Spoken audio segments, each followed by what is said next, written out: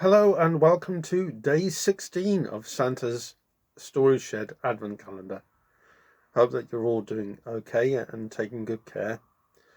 We've now opened 16 doors on our Advent Calendar. There's about a week and a bit left before Christmas, so hopefully you're getting things slowly organised. You've still got a bit of time. If you have any stories that you'd like to hear, or if you've written anything yourself, then you can send them to the Storyshed Blog at gmail.com. That's the Storyshed Blog at gmail.com. And if you'd like to make any dedications, just write to the same email address. And today's story is dedicated to Vicky Kavanagh, who had her birthday recently. And it's a story by Georgine Faulkner called Squeaky and the Scare Box. So sit back, relax, and hopefully enjoy the story. Once upon a time, a family of mice lived in the pantry wall.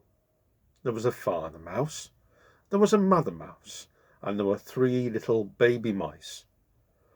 One little mouse had sharp, bright eyes and could see everything, even in the darkest holes. He was called Sharp Eyes. His brother could sniff and smell anything, wherever it might be hidden, and he was called Sniffy. The baby mouse had such a squeaky little voice that he was called Squeaky.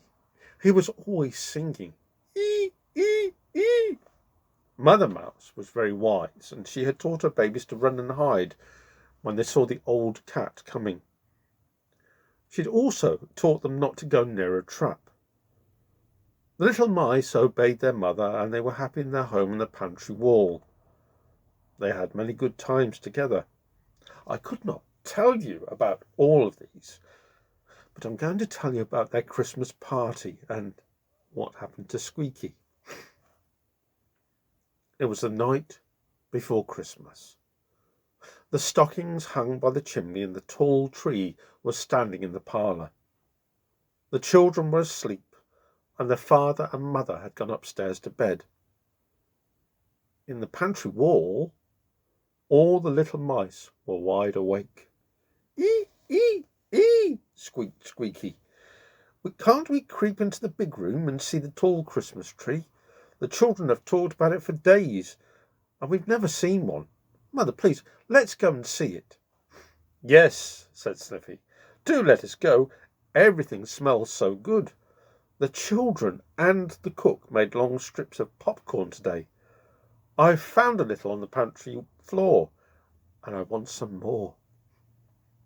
I peeped out of our hole, said Sharp Eyes, and I saw cake and candy all ready for the children. Oh, I do want a bite of those good things. Please, let's have a Christmas party. Well, said Mother Mouse, I will ask your father. If he says it's safe, we will go. When Mother Mouse asked Father Mouse, he said, I will go up first and look about. If it's safe, I'll come back for you. So Father Mouse crept softly through the pantry, down the long hall, and into the parlour. The cat was nowhere to be seen. Father Mouse ran back to the pantry and cried, The cat is not near. Come and see the tree. Then all the mice came scampering from the hole in the wall. They crept through the pantry, down the long hall, and into the parlour. When they saw the tall Christmas tree, they squeaked again and again in their joy. Then they ran around and around the tree to see what was on it. On the floor they saw a wonderful doll's house. How fine it would be to live there, they squeaked. They ran up and down the stairs, sat on the chairs, and lay down in the beds, and oh, they had a merry time. Then Sniffy said, I smell that good popcorn again. Let's climb up into the Christmas tree and get some. They climbed up into the tree and they nibbled the popcorn, they nibbled the candy, they nibbled the nuts, and they nibbled the cakes. Soon Sharp Eyes cried out, Come here, I see a mouse, I see a mouse, but he doesn't look like our family at all. I should say not, Sniffy, and how good he smells. Why, he's good to eat, squeaked Squeaky, and they all began to eat the chocolate mouse. Then they found another candy mouse, a pretty pink one. They were so busy eating it that they forgot to watch and listen, and then bang! The door was opened and the lights were turned on. With a squeak, the mice scampered down the tree. Then they ran along the hall, through the pantry and back to their home. There was the father mouse and the mother mouse and Sharp Eyes and Sniffy. But where was Squeaky? Now, as Squeaky tried to run down the tree, he fell heels over head, down, down, down he fell until he was caught in a funny box. An ugly man with black hair and black whiskers seemed to be hopping out of the box. When Squeaky saw the lights turned on, he hid under the dress of this queer man. He lay very still, for he had been taught to be still when danger was near. He heard voices. The father and mother had come back.